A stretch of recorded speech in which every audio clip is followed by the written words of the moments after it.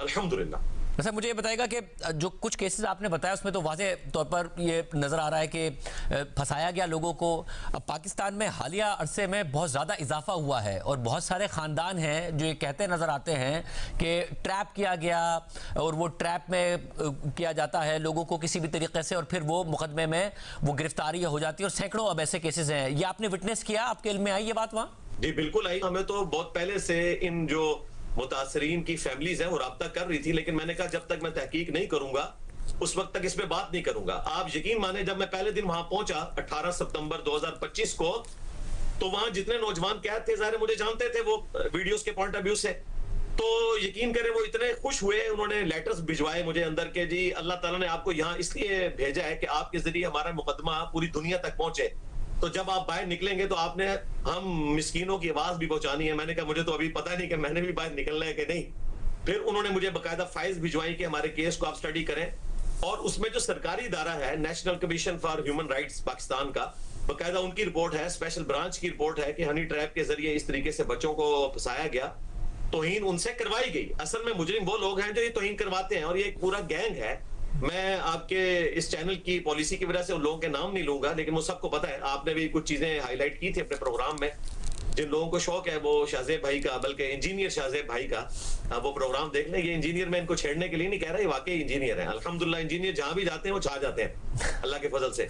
तो वो प्रोग्राम देखें, उसमें वो सारे लोग दिखाए हुए हैं कि कौन लोग इसमें इन्वॉल्व हैं। तो मैंने बाकायदा वो रिपोर्ट्स पढ़ी। फिर वक्तन फक्तन कुछ लोग दौरे से एक दिन पहले जो सफाई होती है सफेदी के लिए लोग आते थे, बच्चे मुझसे मिलते थे, कोई खाना देने के लिए आता था तो वो अपनी कोई दर्दनाक स्टोरी बता देता था, फिर मैं चीजों को स्टडी करता था। फिर बाहर निकल के भी मैंने कुछ चीजें देखी, तो मैं इसी रिजल्ट पे पहुंचा हूं कि ये मामलात हैं।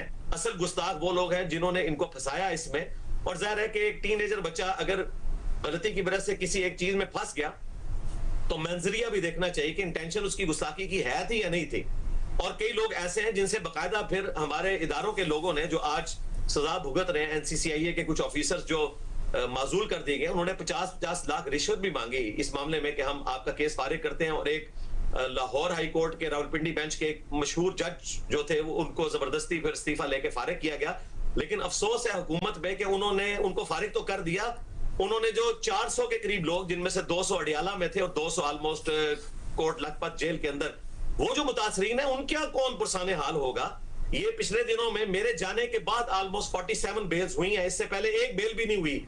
मेरे जाने की आप बरकत कह लें इन्वर्टेड कामास में, हमारी दुआएं भी थी। और बाकी लोगों को अंदाजा हुआ कि जब इंजीनियर मोहम्मद अली मिर्जा के ऊपर, जो दुनिया में इस्लाम में के एतबार से सुने जाने वाला सबसे बड़ा प्लेटफॉर्म है, उसके साथ अगर ये मामला हो सकता है, जिसका नारा है कि मेरे नबी से है ही कोई नहीं, बार बार वो इस नारे को रिपीट करता है, उस पर ये इल्जाम लगाया जा सकता है, तो फिर तो किसी भी शख्स पे लग सकता है। तो आहिस्ता आहिस्ता जजों ने भी हिम्मत दिखाई और उसमें मैं सलूट करूंगा सबसे पहले तो सरदार एजाज इसहाक साहब को, कि जिन्होंने सबसे पहले ये टक्कर लेके ऐसे लोगों से उसकी लाइव कवरेज करवाई। उसके बाद जहांगीरी साहब को सलूट है, उन्होंने बड़ी दलेरी दिखाई, मौसर अख्तर कियानी साहब को, और इस तरीके से सदाकत अली खान और वहीद खान साहब, ये वो जज हैं जिन्होंने जुर्रत दिखाई है अल्हम्दुलिल्लाह।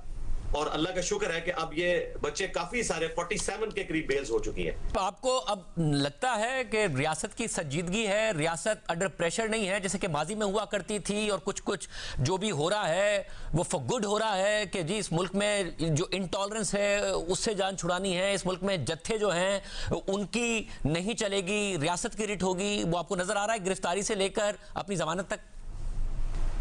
जी अब नजर आना शुरू है। और आपको मैं एक हैरानकुन बात बताऊं, यूट्यूब तो झूठ नहीं बोलती। मैं तो 2017 के खत्म नबूवत सल्लल्लाहु अलैहि वसल्लम के नाम के ऊपर जो धरने हुए और उसमें नंगी गालियां स्टेज से निकाली गई और इस्लाम की बदनामी हुई, मैं तो उस वक्त से बोल रहा था कि तौहीन मजहब को बुनियाद बना के बाज़ औक़ात मुसलमानों के साथ भी इस किस्म की एक्टिविटीज परफॉर्म की जाती हैं। और अल्लाह का शुक्र है कि अब रियासत को ख्याल है। और वक्तन फक्तन मैं तो मुख्तलिफ औकात में इस चीज को हाईलाइट करता रहा कि वो लोग जिनको सुप्रीम कोर्ट ने कातिल डिक्लेयर किया, उनके मज़ारात बने हुए हैं और उन मज़ारात से आमदन का जरिया बनाया गया और उनको हीरो बना के पेश किया जा रहा है। तो रियासत को होश के नाखून लेने चाहिए। अल्लाह का शुक्र है कि अब रियासत को ख्याल है।